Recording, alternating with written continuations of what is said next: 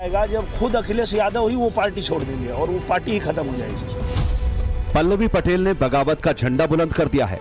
जाटलैंड के छोटे चौधरी ने टाटा बाय बाय कर दिया है। स्वामी प्रसाद मौर्य को लेकर बहुत बड़ी खबर जल्द आने वाली है। दारा सिंह चौहान से लेकर ओम प्रकाश राजभर ने पहले ही अखिलेश यादव से पिंड छुड़ा लिया है।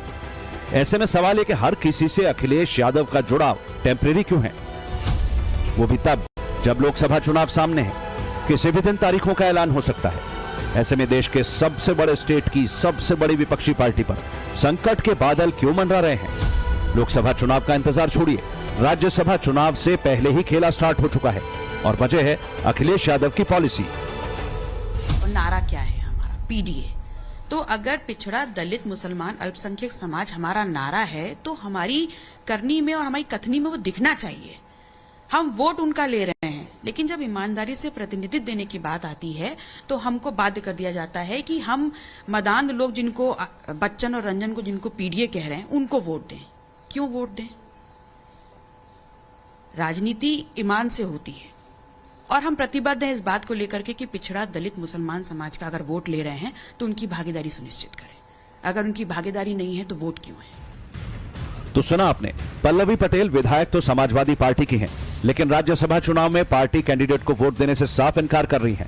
पल्लवी पटेल उस वक्त सुर्खियों में आई थी जब उन्होंने 2022 के विधानसभा चुनाव में कौशाम्बी की सिराथू सीट से योगी सरकार में डिप्टी सीएम केशव प्रसाद मौर्य को हराया था, लेकिन अब की बार खेला करने की तैयारी में है। पूछ रही हैं कि अखिलेश यादव जिस पीडीए की बात करते हैं उस पिछड़ा, दलित और अल्पसंख्यक की इक्वेशन में जया बच्चन और आलोक रंजन कहां से फिट हो रहे हैं।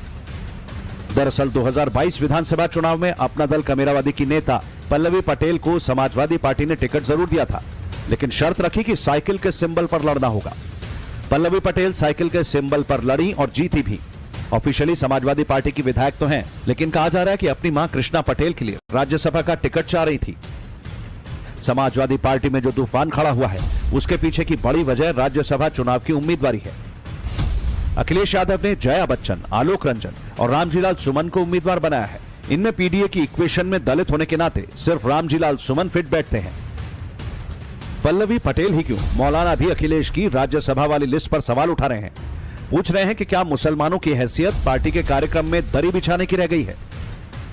मतलब मुसलमानों को खड़ंजा अध्यक्ष बनाओगे, नाली अध्यक्ष बनाओगे, मुसलमानों को गली का अध्यक्ष क्या बनाओगे, मुसलमानों के 10-10 साल के बच्चों को लाल टोपियां पहना करके घरों में दाखिला आप कर दोगे। और जब बड़े बड़े ओहदों का नंबर आएगा तो आपके खानदान के लोग नजर आएंगे या ये फिल्म सिटी के लोग आएंगे, नजर आएंगे। क्या है ये? अखिलेश यादव जिस मुस्लिम वोट बैंक से बड़े समर्थन की उम्मीद कर रहे हैं, अब वहीं से उनके खिलाफ आर पार की आवाजें उठने लगी हैं और ये समाजवादी पार्टी के लिए खतरे की घंटी है। ऐसा इसलिए क्योंकि यूपी की आबादी में मुसलमान 20% हैं। राज्य की 80 लोकसभा सीटों में से 36 पर मुस्लिम आबादी 20% से ज्यादा है। 6 लोकसभा सीटें ऐसी हैं जहां 40 से 50% के बीच मुस्लिम आबादी है। 12 लोकसभा सीटें ऐसी जिस पर 30 से 40 के बीच, तो 18 लोकसभा सीटों के इलाके में 20 से 30% तक मुसलमान हैं। यानी अगर मुसलमान समाजवादी पार्टी से छिटक गए तो फिर समाजवादी पार्टी की पूरी जमीन खिसक सकती है। ये बिल्कुल सही बात है। वो मुसलमानों का वोट हासिल करना चाहते हैं, मुसलमानों से कुर्सियां बिठवाना चाहते हैं, मुसलमानों से दरी वो बिछाना चाहते हैं और इसके अलावा मुसलमानों को वो इख्तिदार नहीं देना चाहते, वो कुर्सी नहीं देना चाहते। मुसलमानों को वो यूज करते हैं। कभी वो हार्ड हिंदुत्व की बात करते हैं, कभी वो सॉफ्ट हिंदुत्व की बात करते हैं, जबकि वो खुद हिंदुओं के भी हितोषी नहीं है, वो मुसलमानों के भी हितोषी नहीं है। ना हार्ड हिंदुत्व ना सॉफ्ट हिंदुत्व वो किसी के नहीं है। वो सिर्फ ये चाहते हैं कि मेरा इख्तिदार, मेरी कुर्सी बाकी रहे। एक तो पहले से ही बीजेपी राम लहर में यूपी की 80 की 80 सीटों पर दावा ठोक रही है। कहा जा रहा है कि अखिलेश यादव ने अब तक तो रामलला के दर्शन इसलिए नहीं किए कि कहीं मुस्लिम वोट बैंक पर डेंट ना लग जाए, लेकिन अब तो मुस्लिम नेता भी खुलकर सामने आ चुके हैं। ऐसे में अखिलेश करें तो क्या करें? ये पार्टी के अपने अंदर की बात है और इसके समाधान भी निकाल लेंगे। पल्लवी पटेल नाराज दिख रही है। इस समय है नाराजगी का और ये समय है नाराज होने का भी। अखिलेश यादव टेंशन में तो हैं, लेकिन कार्यकर्ताओं के सामने दिखा नहीं सकते। चुनावी दंगल में भला सेनापति सरेंडर कैसे कर दे, लेकिन अखिलेश और उनकी पार्टी में क्या चल रहा है, स्वामी प्रसाद मौर्य से बेहतर इसे कौन समझ सकता है। वो कह रहे हैं कि समाजवादी पार्टी में कुछ स्वयंभू नेता हैं जो खुद को आला कमान मान के बैठे हैं। इससे पार्टी के जनाधार पर असर पड़ रहा है। इसमें कोई दो राय नहीं कि पार्टी में कुछ स्वयंभू बड़े नेता हैं जो अपने को पार्टी का आला कमान मान के चलते हैं।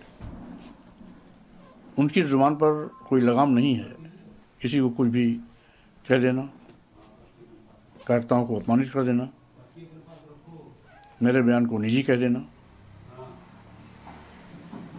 इस तरह के लोग कहीं न कहीं पार्टी का भट्ठा बैठा रहे हैं, पार्टी का जनाधार के साथ खिलवाड़ कर रहे हैं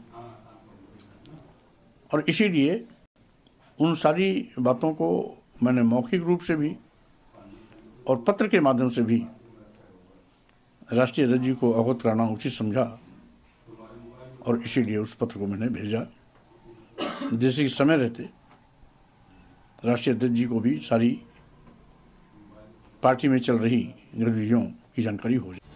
यूपी विधानसभा चुनाव से ठीक पहले बीजेपी से पाला बदलकर साइकिल पर सवार होने वाले स्वामी प्रसाद मौर्य को अब समाजवादी पार्टी की असलियत का पता चल चुका है।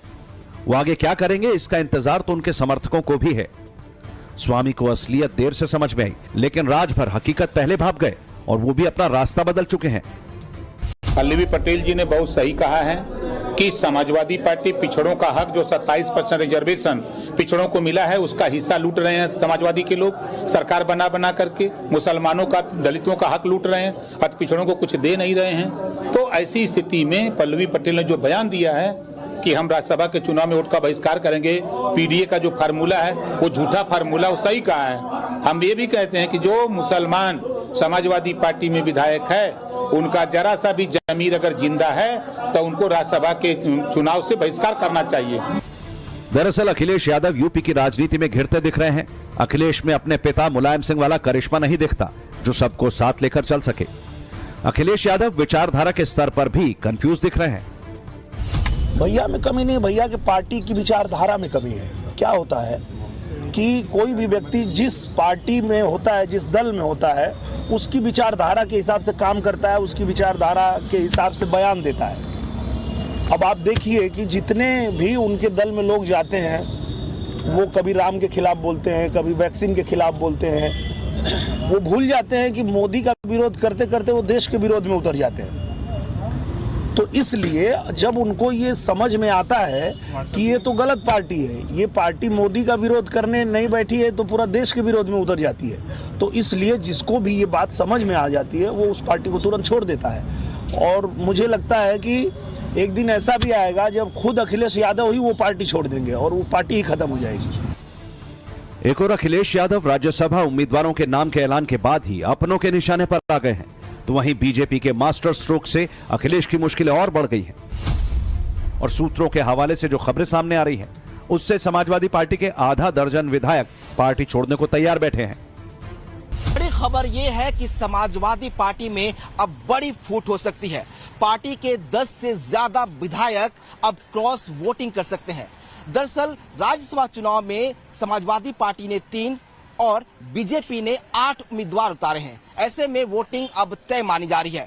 कहा जा रहा है कि बीजेपी के 8वें उम्मीदवार संजय सेठ के लिए समाजवादी पार्टी के करीब 10 विधायक क्रॉस वोटिंग कर सकते हैं और इसे बेहद अहम माना जा रहा है क्योंकि जल्द ही देश में लोकसभा के चुनाव होने जा रहे हैं। बीजेपी के बड़े सोर्सेस का दावा है कि पार्टी के कई विधायक उनके लगातार संपर्क में हैं। इनमें से गोरखपुर, काशी और अवध क्षेत्र है जहां के कई ऐसे विधायक हैं जो पार्टी में शामिल होना चाहते हैं या फिर बीजेपी को सपोर्ट करना चाहते हैं। एक और राज्यसभा चुनाव से पहले अखिलेश यादव के पार्टी संभालने से भी नहीं संभल रही, तो दूसरी ओर यूपी में अब तक उनकी सहयोगी रही कांग्रेस कंफ्यूज है। राहुल गांधी की भारत जोड़ो न्याय यात्रा 35वें दिन वाराणसी पहुंची।